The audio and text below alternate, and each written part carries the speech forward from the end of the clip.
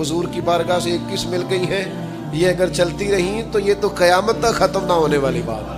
مجھے لگتا ہے اس کا ذوق یہی تھا کہ یہ قیامت تک ختم نے زبان سے تو نہیں کہا، پر ذوق یہی رکھتے تھے حضور کے صحابہ۔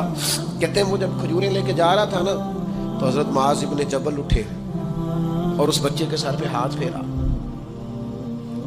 پیار کیا، بچہ چلا گیا۔ نبی کریم نے حضرت معاذ ابن جبل کو بلا لیا، فرمایا یہ کیا کیا ہے؟ عرض کی حضور بس میرا دل کرتا تھا، میں نے بچے سے پیار کیا ہے۔ آپ نے فرمایا پتہ تمہیں اجر کتنا ملا ہے؟ پتہ ہے تمہیں؟ رسول اللہ فرمائیے۔